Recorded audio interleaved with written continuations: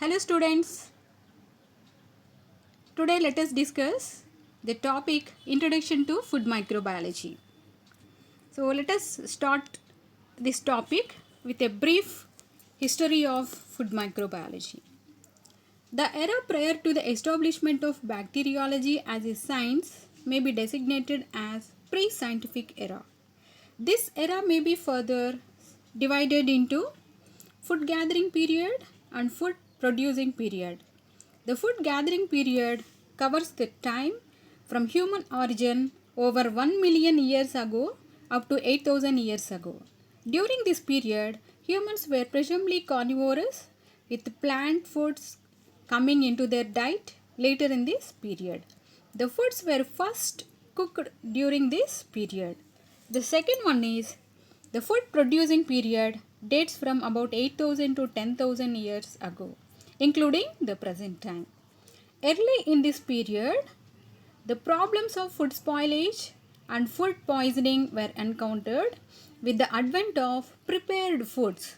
The problems of disease transmission by foods and the faster spoilage caused by improper storage made their appearance.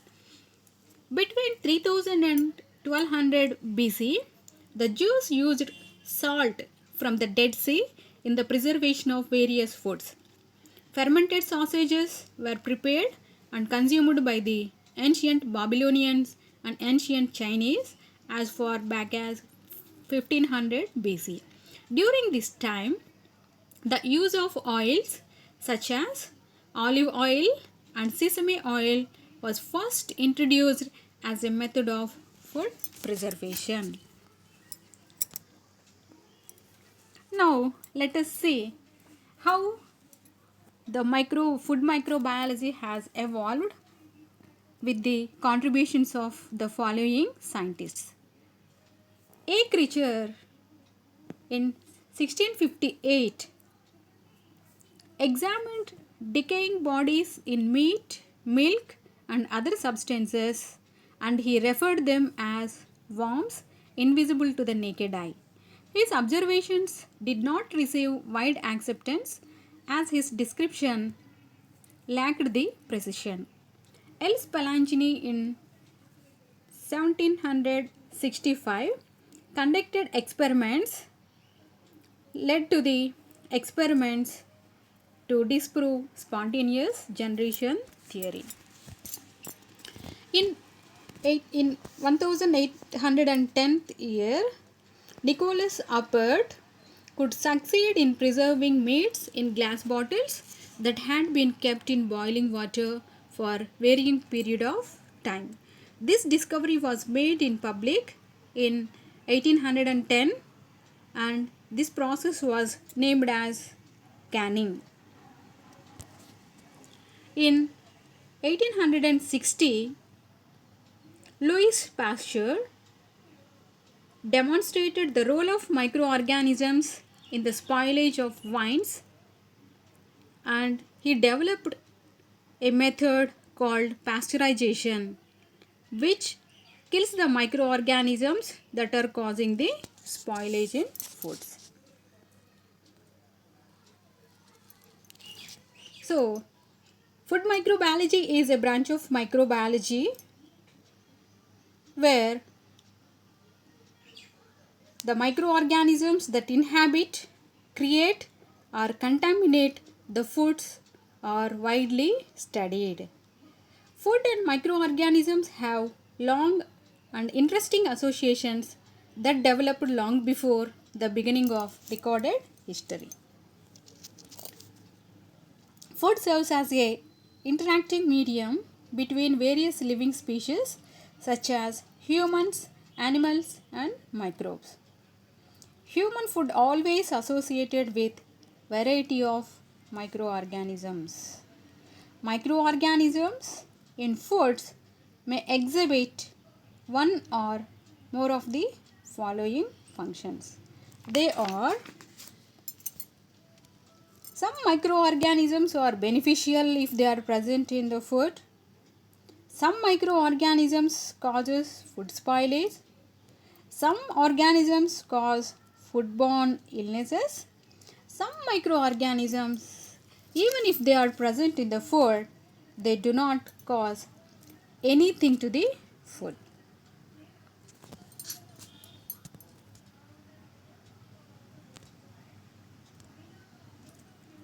Now, let us see what are the beneficial effects of the microorganisms in food. Beneficial microorganisms produce desirable changes in the foods. Microorganisms in the food may produce some useful products that may lead to the fermentation of foods or production of beverages like beer, wine, etc. The microorganisms in the food can inhibit growth of many spoilage microorganisms. They can inhibit growth of many microorganisms that causes the foodborne infections or foodborne intoxications. For example, by producing antibiotics like penicillin or by producing some enzymes, they can inhibit the growth of the spoilage microorganisms. And these microorganisms can ferment the grass in ruminant organisms so that they aid in the digestion of the food in ruminants. So let us see what are the causes of food spoilage.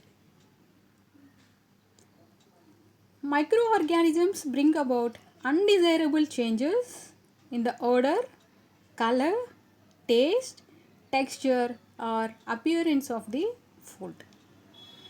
Let us see the significance of microorganisms in food depends on the number of microorganisms found in the food. If more the organisms in food, they cause more spoilage. The type of microorganisms found in the food, whether the organisms are bacteria, yeast or fungi, so the type of microorganisms also plays a crucial role in causing the food spoilage. Then the treatment to which the foods has been exposed, whether the foods are processed foods or they are treated naturally, it also depends on the spoilage caused by the microorganisms. And the type of food, whether the foods are perishable or semi perishable or non perishable, it also accounts for the spoilage. The processing and storage treatments in the food will also cause the food spoilage. The another thing is whether the food is to be eaten as is or heated. The food spoilage also depends. Some certain raw foods contain more number of microorganisms when compared to the heated foods. And the individuals who might consume the food is also one of the factors. So now let us see the microorganisms in food spoilage. The microorganisms may possess different functions in different foods. The microorganisms associated with the spoilage includes bacteria, yeast, molds. So Acinetobacterium, Alkalibacterium, Bacillus species, Corynebacterium species, Flavobacterium, Escherichia coli, Erwinia, Lactobacillus, Leuconostoc, Micrococcus, Pediococcus, Proteus, Pseudomonas, Salmonella, Serratia, Shigella, Vibrio, Staphylococcus, Yersinia. So these are the predominant microorganisms that causes the food spoilage. Yeasts like Saccharomyces cerevisiae species, Candida species and Culveromyces species are most common yeast species that causes the spoilage of foods. The molds include Aspergillus, Rhizophus, Mucor species, Penicillium, Fusarium, Colitotrichum, Aspergillus, Botrytis, Thamnidium. So these are some of the species that causes food spoilage. The third category of the organisms that are present in the food are the organisms that causes the foodborne illnesses. The foodborne illnesses can be defined as the illnesses caused through the food. So the foodborne illnesses may be food intoxications or they may be food infections. In the next topics we will cover what is food intoxication and what is foodborne infections. Now let us see the microbes causing illness grow and multiply using the food as favorable nutrient source. As the foods are very rich in the nutrients, so the organisms make use of the nutrients for their growth and multiplication. Although there are hundreds of species of pathogens, the vast majority of the foodborne illnesses are mainly caused by four types of bacteria. They are Salmonella species, Campylobacter, Staphylococcus aureus, Clostridium perfringens. These are the major category of microorganisms that causes the foodborne illnesses. The next category of microorganisms are inert food microbes. The name itself is indicating that the microorganisms are inert in their activity. That means they do not interfere with the environment where they are in.